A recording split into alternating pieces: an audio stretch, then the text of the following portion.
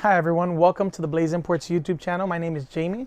Today I'm going to show you how to use the XBC100 Smart Checker from Spektrum. I'm going to show you how to check your batteries. I'm going to show you how to check your servos and maybe even show you how to charge your phone with it.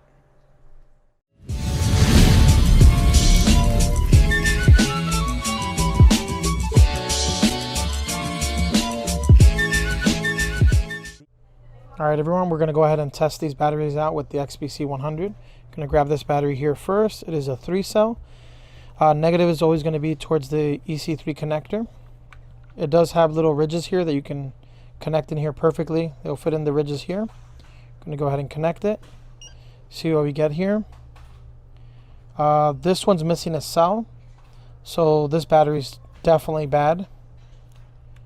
So that one was easy. Let's go to the next one.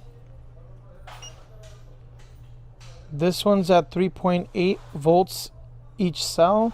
So this one's actually on storage. So this one we'll have to charge if we're going to use it. You can see on the left hand side it actually shows 58%. Let's go with the next battery here.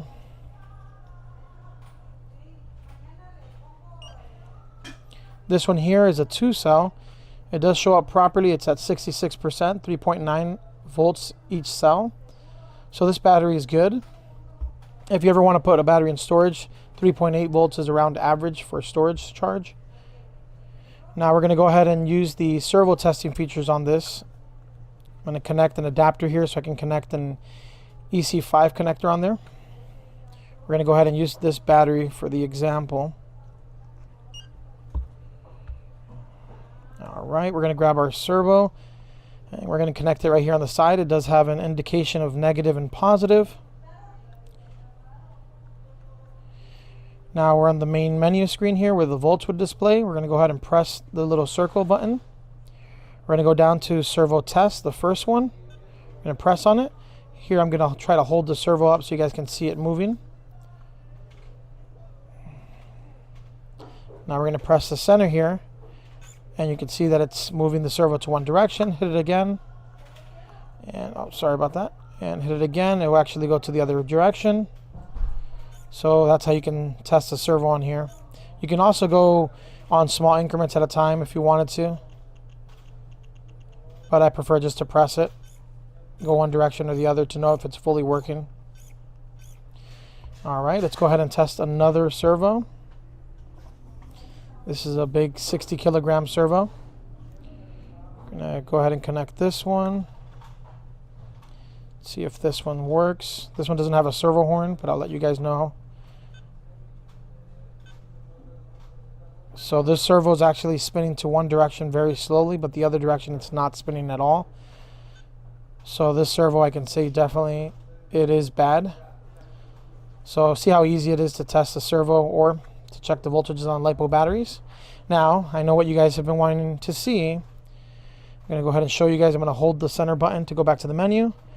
Now we're going to go ahead and try our USB feature here. I'm going to connect the USB connector here on the USB port. We're going to hold the button here. We're going to go to USB charge start. I'm going to press it. That's charging there. It's going to send current through the cable. Now let me get a phone here as an example.